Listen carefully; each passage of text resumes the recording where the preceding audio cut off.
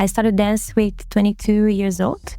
I was journalist, and in my mind, I would never become a dance professional. I even though had this goal. We are understanding comparison as something negative, inspiration is something positive. The thing is, I think that the inspiration comes from a comparison. It's more like how you look at the differences. If I don't dress a certain way, if I don't go to certain events, if I don't participate in competitions, so on and so forth, then when I go to the social, nobody wants to dance with me. It was very weird when people was watching my dance at the beginning, and some people complain that I don't smile so much. But at the beginning, it doesn't align with me. When I start to do, it felt fake, you know?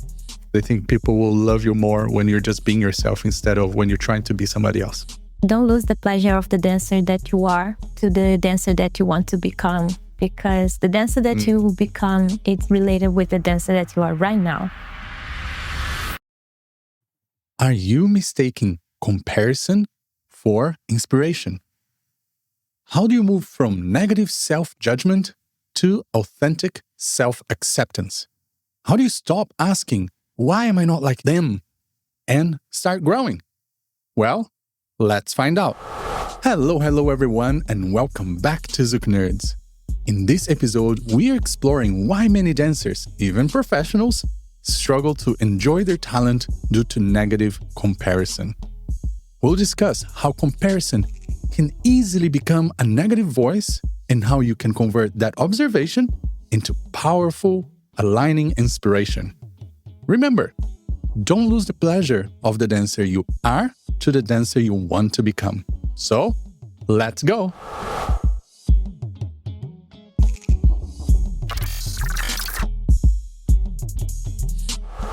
Hello everybody, and welcome back to another episode. My name is Alisson Sanji, and today we have once again our beautiful co-host Gui Prada. Hello Gui! Hello Alisson, hello everybody, welcome back. And welcome back again to another beautiful queen, Paloma Alves, with us here. Hello Paloma, welcome back. Hello guys. Super happy to be here. Bye. It feels like we just stopped recording, but it's actually not true. It's been a week since the last time, and we hopefully look better because we're more rested. And today we're going to get a little bit more into the emotional, personal side of our dancing and a little bit of our personal life as well. We're going to be talking about the difference between inspiration and comparison. Just talking about this already gives me so many memories about moments in my life where I wish I knew better about this. So hopefully this episode is going to help you guys out, either in your dance life or personal life. Because what is good about it? What is bad about it? Well, we'll find out. But before that, can I ask you, Paloma, just to give us a little intro on how you see this difference between inspiration and comparison, either in your personal life or in your dance journey? Okay. When I think about that, it's very easy to already connect with the beginning of my journey, because I started dance with 22 years old, and I was finishing my course. I was journalist, and in my mind, I would never become a dance professional. I even though had this goal, because it was impossible, right? I didn't do ballet or other dance at the beginning. I always picture a professional dancer as someone that started very young, in a young age. And my first inspirations, the Queen, Renata Peçanha, for example, Larissa Lipscher, Larissa Tayani, they are all ballerinas. They all had backgrounds in other dances, right? So in my mind, it was very hard to imagine. And even when I really started to train and compete and become part of this scene, was a long journey comparing instead of just getting inspired. Of course, I had this moment that I watched then and I was like, wow, all of these possibilities. But at some point, I was getting so much stuck in my head, even doubting why I'm here. It doesn't make sense. I was totally watching the way I was dancing, the quality of my movements, and it wasn't there. Wasn't.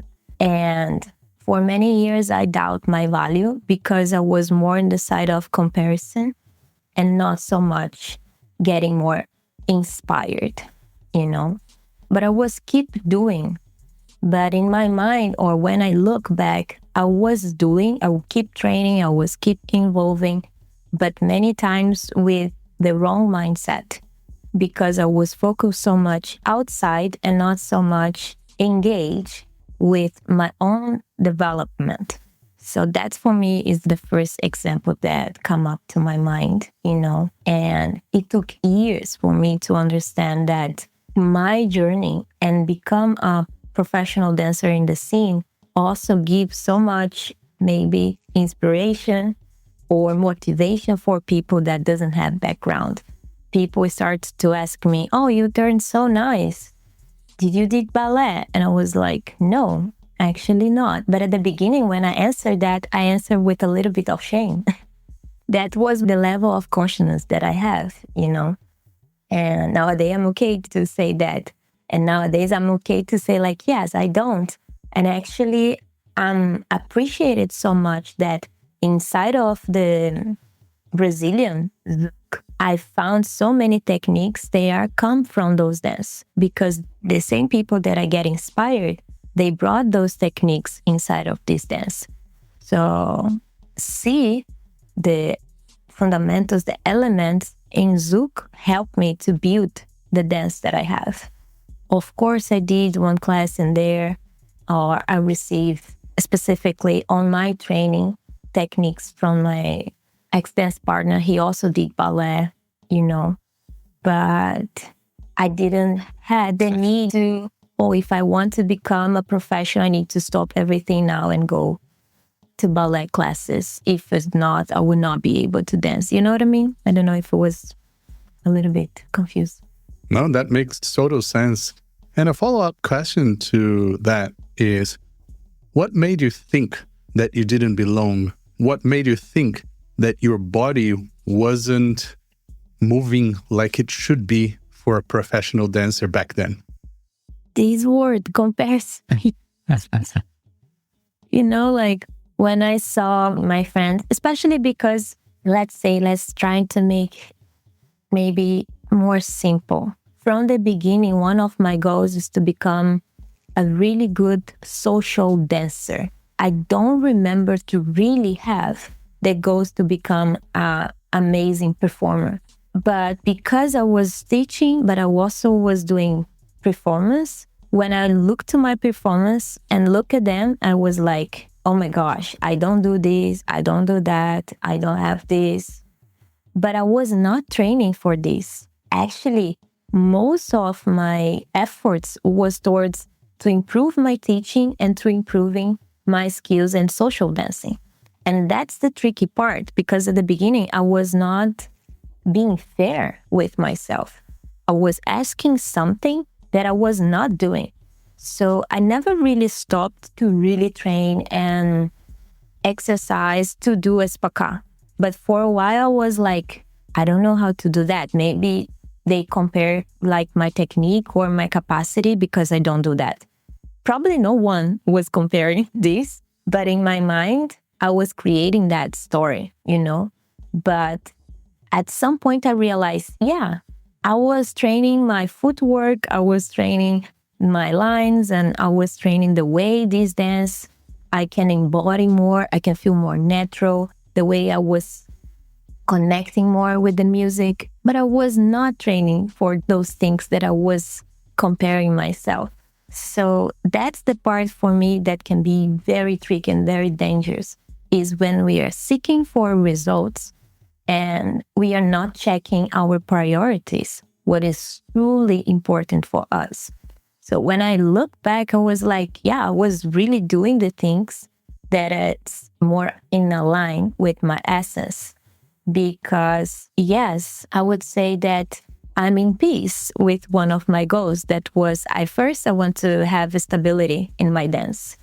And then I want to dance with different people. I want to be able to dance with different styles in this dance. And I get that, you know. But this little voice in my mind for a while was saying, but you don't do that, but you still don't have this, but So nowadays, it's much easier to watch a performance or to watch my friends dancing. It's like, wow, they have this incredible capacity and it's crazy how they do this, and they can get inspired and still do things to check on my body with the age that I have, with the story that I have, all the things, and see what is the result that I can get being fair with myself, being fair with the things that I'm doing in my daily life, professional life, because for me, they're all mixed up. Yeah, I completely agree. And I can relate to that because over my first 10 plus years of being a professional person in this industry, I didn't enjoy my dancing. I didn't enjoy my shows, or I didn't enjoy any moment that I was showcasing my skills or showcasing my talent, because I was always comparing myself to others. I would watch my shows, I would watch the demos and go like, oh no, but I didn't do this. Oh no, but we didn't do that. Like, it doesn't matter whatever people came to me and said to me, I never felt what they were saying.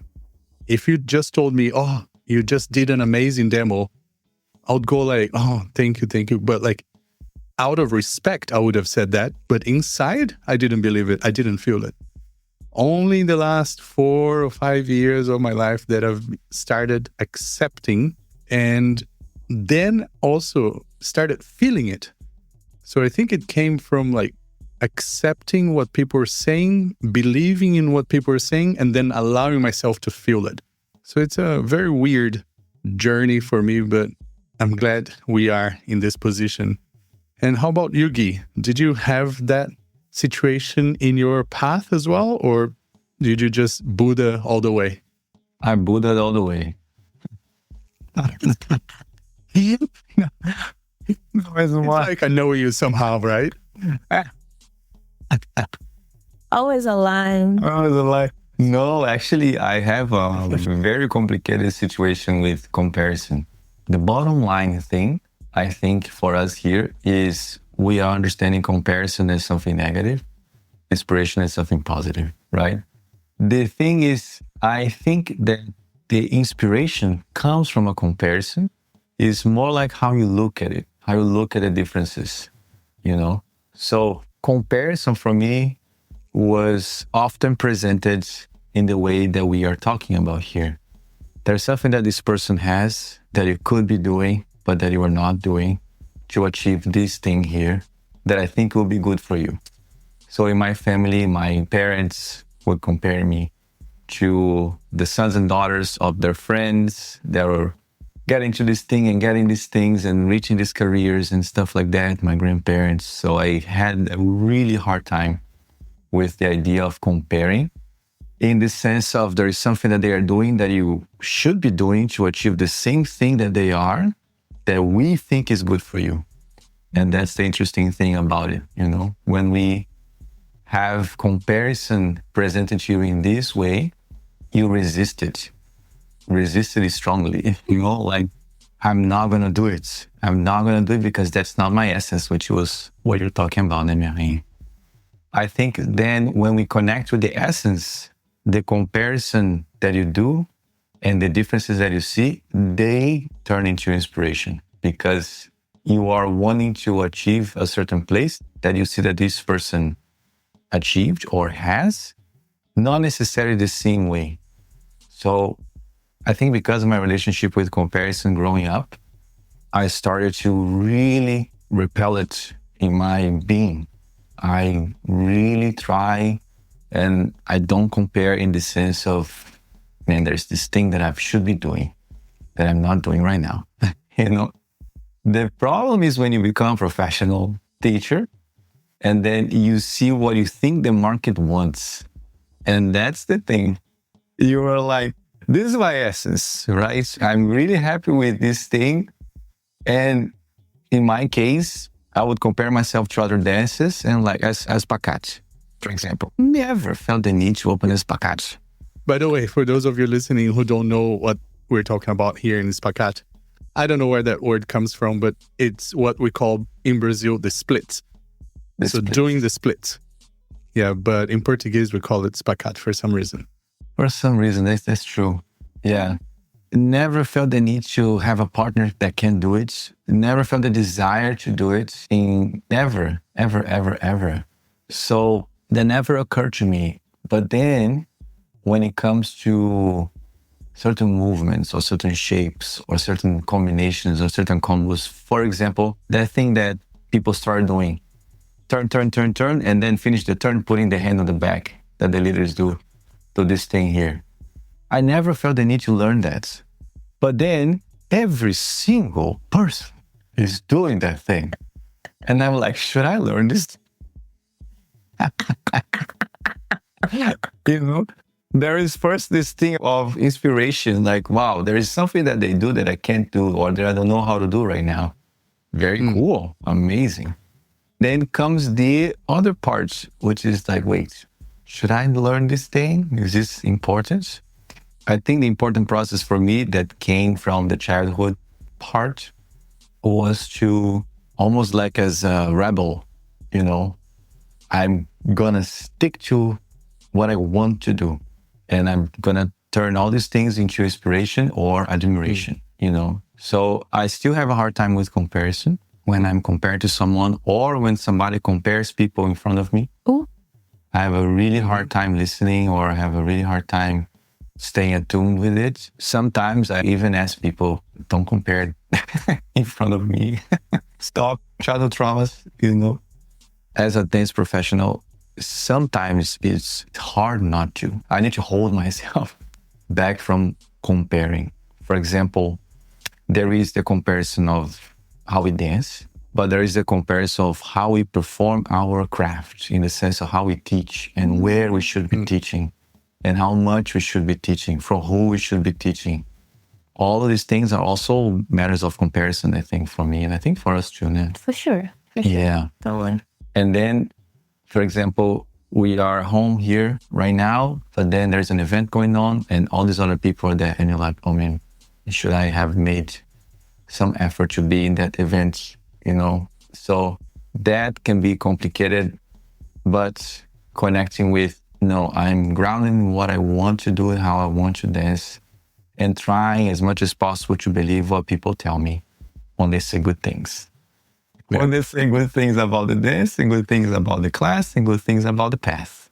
Yeah, so I'm really trying to connect with what I've been hearing from people and not so much with the voice inside my head that wants to belong and think that I should be doing all these things here. So yeah, that's... Yeah, and we're talking about professionals here, but I think this trickles down to every single dancer in the community as well, because we hear all the time students coming to us and saying, hey, should I buy those pairs of shoes that I see everybody wearing? Or should I wear those pants that I see the teachers wearing? Or should I go and learn counterbalance? Or should I learn this? Or should I let my hair grow? Because I feel like if I don't have a long hair as a follower, maybe the leader is not going to want to dance with me.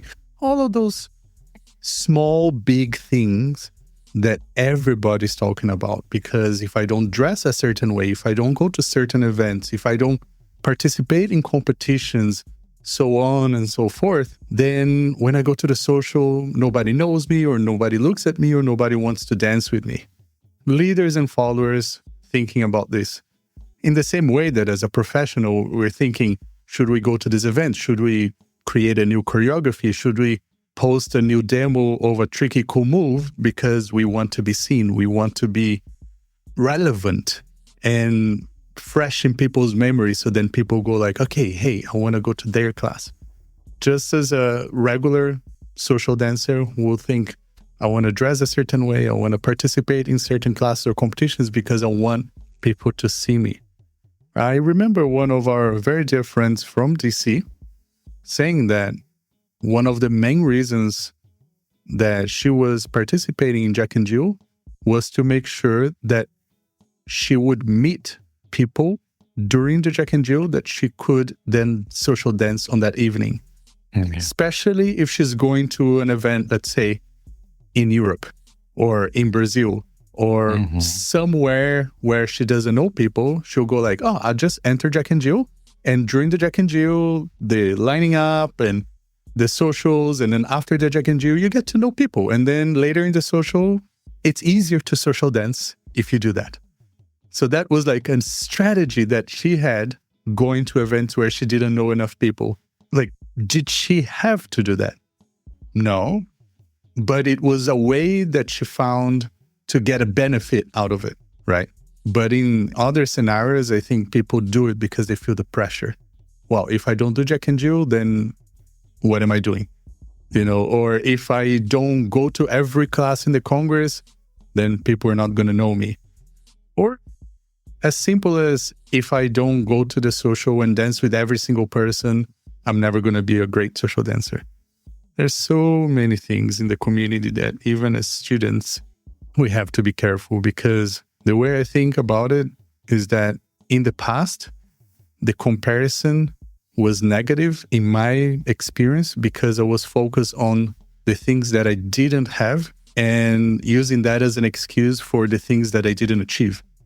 So I didn't achieve this because I didn't do that. I didn't achieve this because I didn't have that. Nowadays, for me, the comparison is more like, okay, that person does this or that person does that. Cool. Now, that's inspiring. I love it. But does that align with my goals? Does that align with how I want to dance? Does that align with my future? If it doesn't align, I'm not going to learn that move. I'm not going to perform that way. I'm not going to wear those clothes. For me, if it doesn't align with what I feel that is true to my present and my future, then I just let it go. So that's what I normally recommend to people when they ask me. They're asking, like I mentioned before, should I learn this? Should I wear that? Should I do that? I say, look, if it's something that you see in your life that could make you happy, just regardless of how other people are doing it, something that you like it or not, then do it. If not, then just let it go. Be yourself, because I think people will love you more when you're just being yourself instead of when you're trying to be somebody else. For sure. Yeah, I think the greatest leap for me was moving the act of comparing from the instantaneous judgments that comes to observation. His eyes are blue, his eyes are brown. His hair is blonde, his hair is dark. So it's like the observation of the differences versus, oh, blue eyes are better than brown eyes. Blonde hair is better than a brown hair, So through the mechanisms of social approval or social belonging, I think we automatically tie an observation of the difference to which one is better, and moving that to just observing first and then seeing if and where the difference aligns or not with what you are pursuing. Then the act of comparing becomes just a thing that you do, just like observations that you make of the world. And the result of this comparison, you can make it as indifferent, like, okay, blue eyes, brown eyes. You can make as inspiration, look, oh, I want to do a spacat. I want to do the splits. It's so cool that it does. Let me go to this person and ask, how did you train to do your spacat, Or you can see as something that, oh, I don't know how to do that, therefore I don't belong in this world, because apparently in this world, everybody does the splits.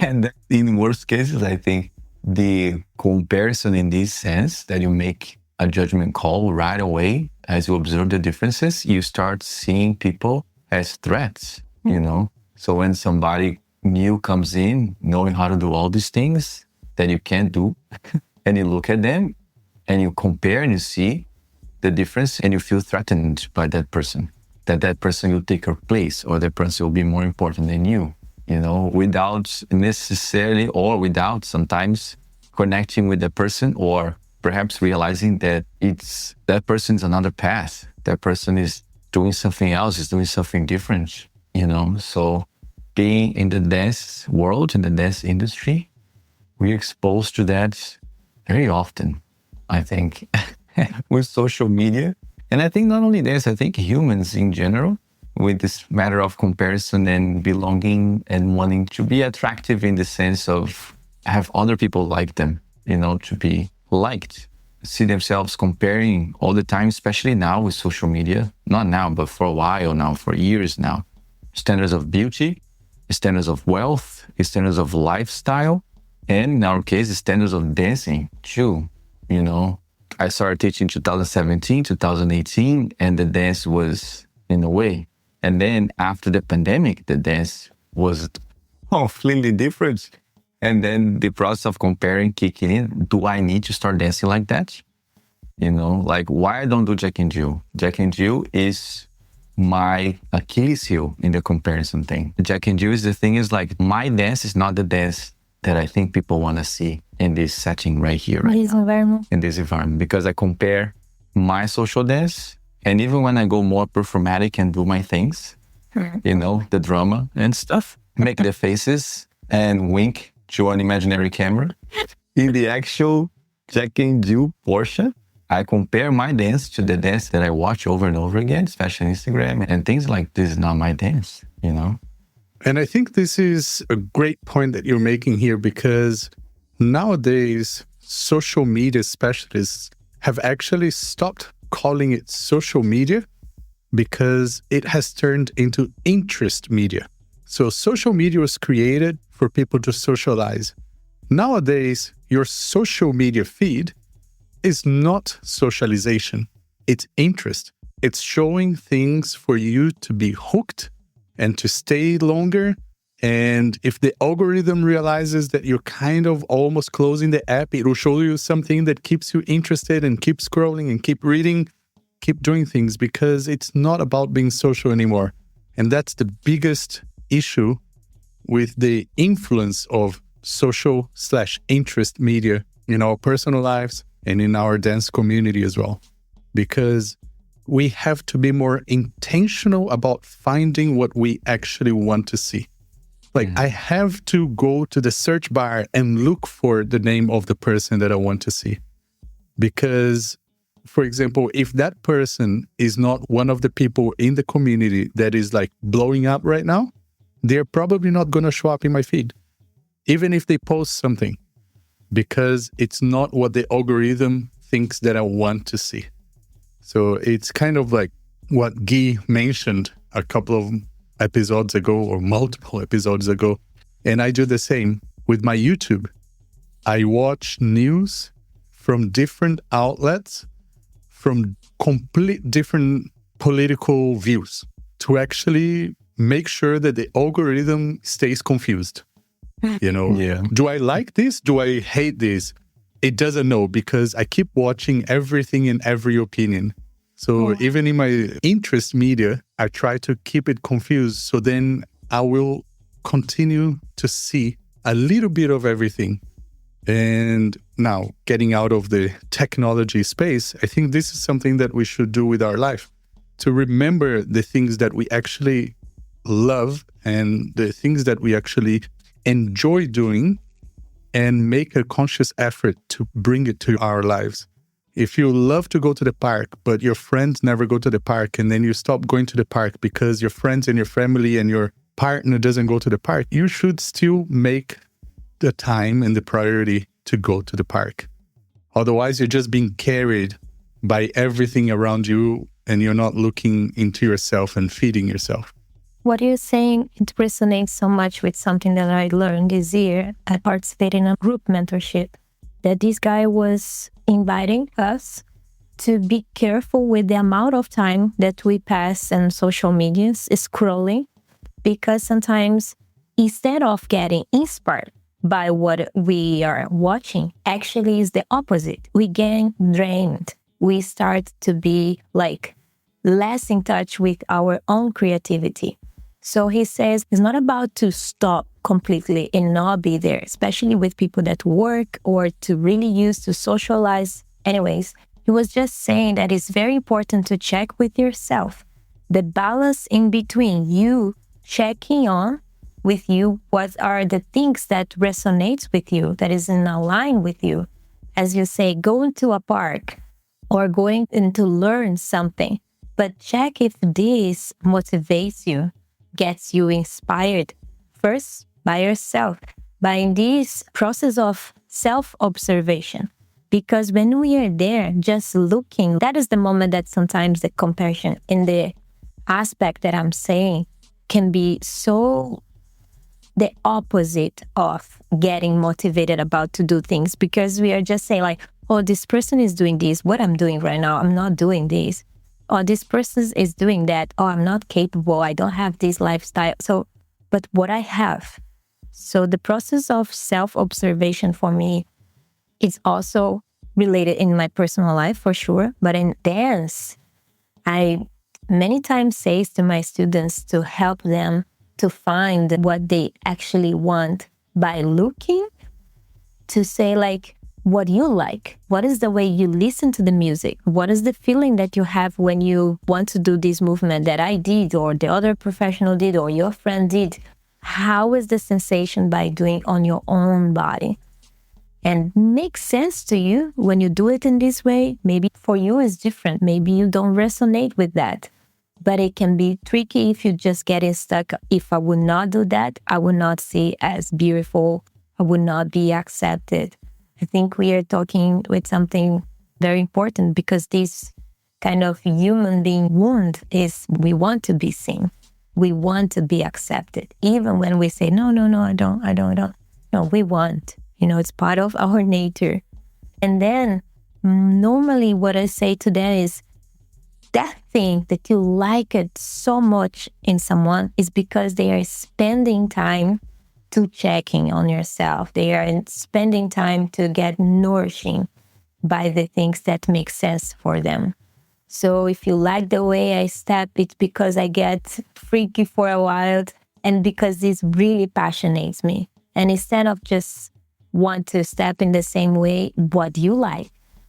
If you stop for a bit and not watching me or not watch another person, you will find the answer of the thing that really resonates with you.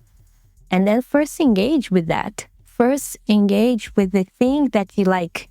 For example, for me, I wasn't a dancer, and in my dance journey that I would say that I was musical. I had a lot of musicality. No, but the way I found to get in touch with my musicality was first understanding what is the type of music that, give me the taste that I like that. And then it was R&B, for example. I found in R&B songs, I like the clap. Oh, I like the melody. It moves me. So the soil for me was getting in touch first with the things that I like. But for a while, I was like, oh, for someone seeing me, I should do this, I should do that for be accepted. I remember I don't know, it was very weird when people was watching my dance at the beginning, and some people complain that I don't smile so much. And then when I look at around me, yes, most of dancers is smiling when they are dancing. But at the beginning, it doesn't align with me. When I start to do because someone said for me that I should do, it felt fake, And it's slowly on my own rhythm, I find a way to I will smile when it makes sense for me. And I prefer that than me faking something just because inside of this container, you should do something. It makes sense? Yeah. It makes a lot of sense, because it's a very common story when somebody does something because they should do something. And then far down the line, they realize they are disconnected from their essence, really truth, from what they really wanted to do. And then there's this big life pivot. There's these things, and there's almost like movie scripts as well. I did everything I think I should have done, and I did, but I still feel empty. Yeah, exactly. I actually started dancing because of a movie like that. Shall we dance? The guy did everything he should. He has a family, good work, nice life, but there was something missing, And I think in this process of comparing, getting inspired, something that really changed for me is when the comparison became observation. And then for observation, became alignment.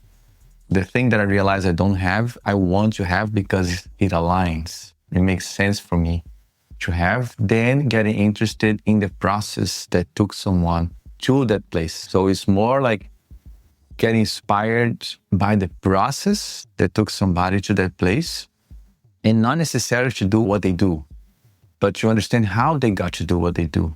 And that's very different. I think there is this thing in dance that people don't want to copy. They don't want to be copies of somebody. And then us as teachers, there is this fear that we don't want the student to copy us. But I have a completely different point of view. I don't think there's a problem at all to become a copy of someone. I think it's part of the process, actually. I think it's part of the process. It starts with copying, and then slowly you get on your own identity. Exactly. Yeah. Because in the process of copying, for me, it's a process of inspiration. You are inspired by the person is your reference, and you are really wanting to do what they are doing. The thing is, and that has been my experience and the experience of those around me, in this process, you find the identity. So in the process of copying the reference point, you find. So even if you do exactly what the person is doing, you are doing your way. You have the DNA. You might have this thing that you can identify as coming from this other person, but still you, I think. And over time, you change it. So I think it's a really healthy thing when you tap into the process that took somebody to the point that you are getting inspired by, which started with a comparison, so with an observational comparison, not a judgment call comparison in the negative way, not, oh, I don't have this thing, poor me. No, like, oh, I don't have this thing. How can I get it? I like it. Yeah. This is so cool. I want to be able to do this thing. It aligns so much with me. I remember when we were training one time, me, Alison, Kelsey, we did a bunch of things and a bunch of crazy stuff that Alison does with practices and stuff. And I liked it and I wanted to copy it. The thing is that as we were copying it, we were finding our way to do the things that he was showing. Like, how can I make this work for my shoulder? How can I make this work for my bendiness? Or how can I make this work for Kelsey's height? So in the process, you find new ways, Sure. And it reminds me so much the way we learn. We learn a language, we learn how to, we first copy, if it takes like this person do, I would do the same and then I get this. Totally, I agree with that. And reminds me of pandemic again, that when everything shifts, somehow now it's another story for another episode, maybe. I get into São Paulo, during pandemic. And then I get in touch with the new generation. And I get very inspired by training with them, with Mark and Melissa, Nina and Mateus, Isa. But at the beginning, first my mind was like, wow, it's so different. They are doing so many things. And I was like, I don't know if I'm able to. I think during pandemic, I was in my best mindset. I was very open. I was very centered because I had time with myself to, therapy and many things. I really get excited to be around them and to train things and to try things differently. And at some point, I was very attracted by all the things they was doing.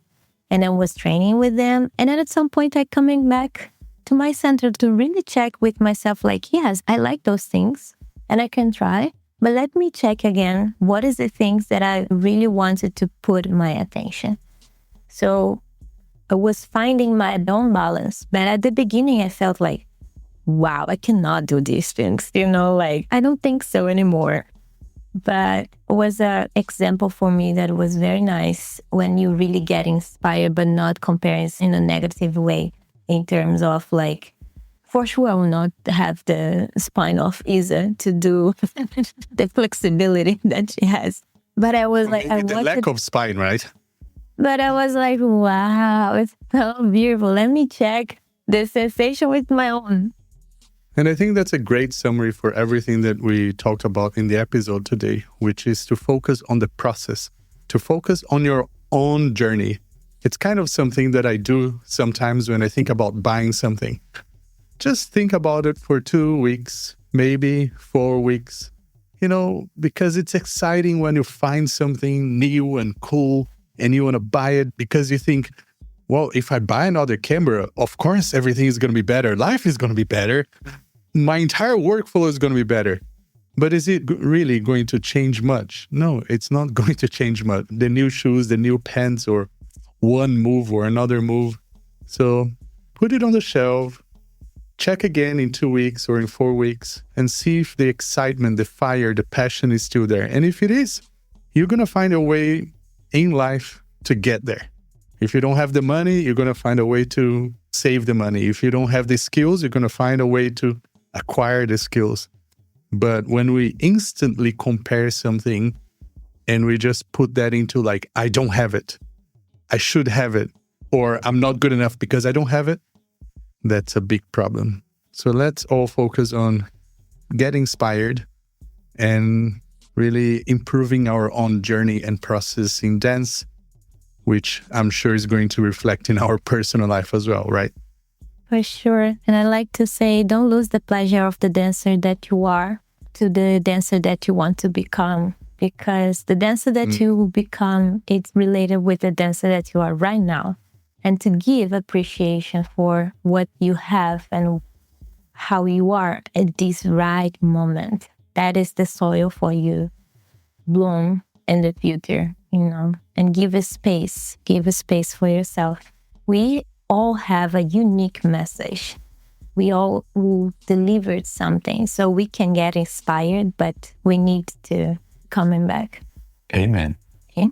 Amen. I don't think I can say anything after that, so I'm just going to say thank you for being here once again, Paloma and Gui. Thank you, guys. It was lovely. Conversation. And so thank you, Paloma. Thank you, Gui. Thank you. You guys are awesome. And we'll see you on the next episode. So beijos, abraços, and ciao. Bye, people.